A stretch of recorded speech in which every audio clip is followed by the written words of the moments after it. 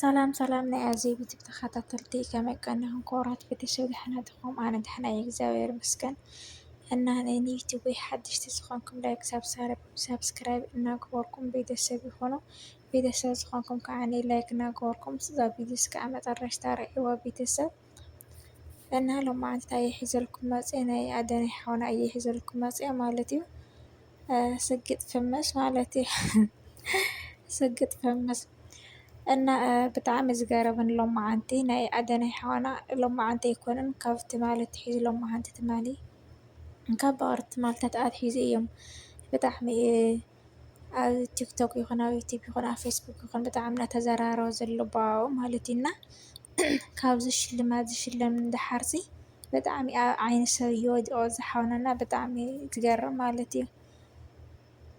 እና ስታይ ድኣ ክብለለሲ ያው ኣብ ሓፈሻሲ በቃ ንእሽተይ ዝኾነ ነገር ልዕል ክትብል ከለኻስ በቃ ኩሉ ሰብ ናባኻ ይጥምት ኩሉ ሰብ ናትካ ውድቀት እምበይ ናትካ ዓወት ዝደሊ ሰብስ ዘየለ ብጣዕሚ ዝገርመኒ ማለት እዩ።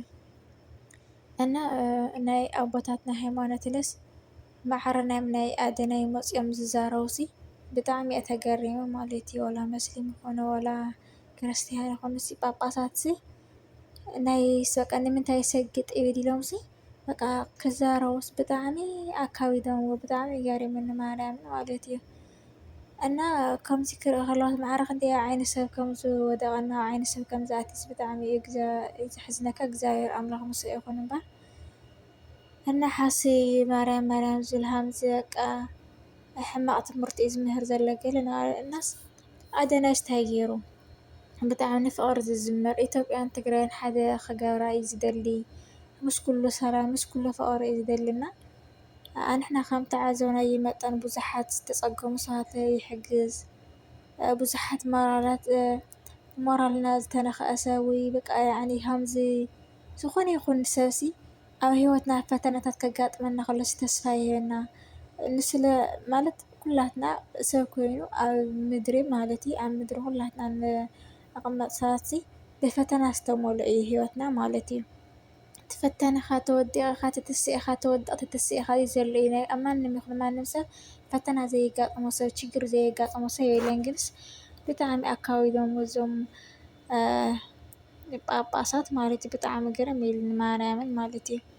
እና ንሱ ከዓ እንታይ ኢሉ ስግጥ ማለትሲ ምንም ዝካበድ ነገር የብሉይ በቃ ስግጥ ምባል ማለትሲ በቃ ኣብ ውሽጥኻ ዘሎ ሓሳብ ክትዛረቦ ዝደለኻ ነገርሲ ብድፍረት ተዛረብ ክትገብሮ ትደልዮ ነገር ለ ብድፍረት ግበርዎ ሰብ ከይብለኒ ሰብ ከየርአኒ ከምዚ በቃ ከምዚ ክብለኒ እዩ ከምዚ ክብለኒ እዩ ማለት ገዲፍኩምሲ በቲ ኣብ ውሽጥኩም ዘሎ ሓሳብሲ በቃ ብኡሲ ስርሖ ብኡ ተወገሱ ሓፍ በሉ እዩ ኢሉ እምበር ብዙሕ ዝኸብድ ነገርሲ ኣይኮነን። ብታ ዘለትና ማንም ይኹን ማንም ሰብ ብታ ዘለትና ነገር በቃ ስግጥ ኢልኩም በቃ ደፊርኩም ስርሑ ደፊርኩም ተዛረቡ እዩ እምበር ምንም ዝኸብድ ነገር የብሉን። ግን ብጣዕሚ ኣካቢዶምዎ ማለት እዩ።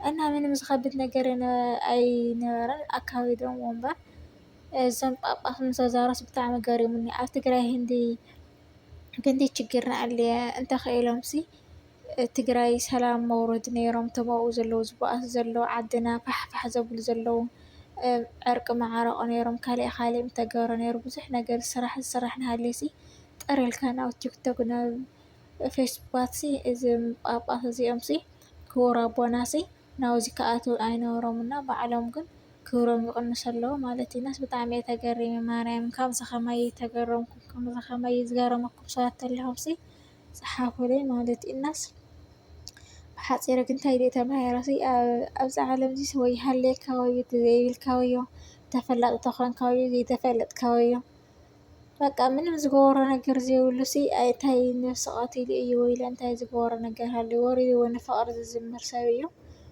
ካብኡ ከዓ ንተፀገሙ ኣሕዋትና ዝሕግዝ ክንደይ ተስፋ ዝቆረፀ ሰብ ካብ ተስፋ ምቑራፅ ኣተሲኡ ብዙሕ ነገር ዝፅዕር ሰብ እዩ። እናስ በቃ ሕማቕን ፅቡቕን ዘይምዝራብ ተኽኢልና ንደግፎ ሓውና ተኽኢልና ነበረታትዖ ተዘይኮይኑ ግን በቃ ንዕኡ ዝነክእ ዘረባታት ከምዚ ንድሕሪ ባይ ዘ ወይ ተዛረብና ምንም ዝሰምዕ ነገር የለን። ንሱ ያው ክንደይ ነገር ዝሓለፈ እዩ ግን ሃምሳ መጠን በቃ ብጣዕሚ ይገርመካ ከምዚ በቃ ኣብ ካልእ ደረጃ ክትበፅሕ ገሊልካ እናፀዓርካሲ ከምዚ ኢሎም ናይ ሃይማኖታት ነገር ከምዚ ኢሎም ጠር ኢሎም ክዛረቡ ከለውስ ብጣዕሚ እየ ተገሪመና።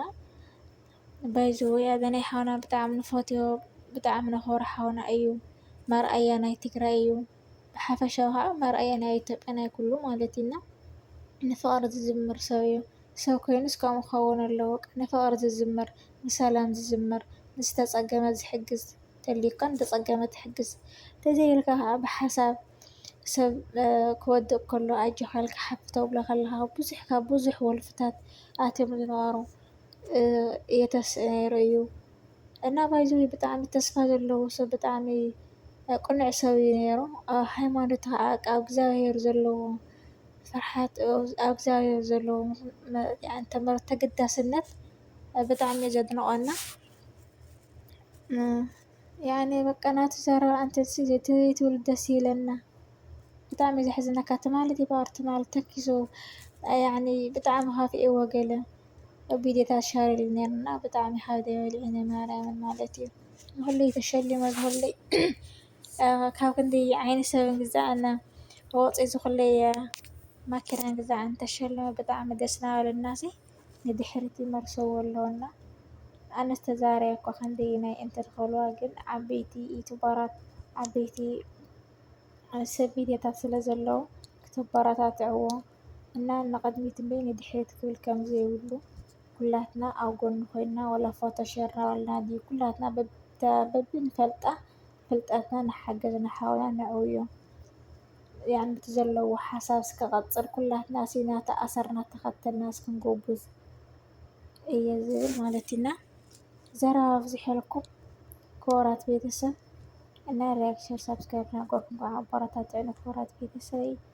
ኣብ ቀፃላይ ቪድዮ እስከንራኸብ ሰናይ ንዓኹም። ንኩሉ ወዲሰብ ፍቅርና ሰላም የውርደና። ሰናይ ቅንያት ዘመሓተይ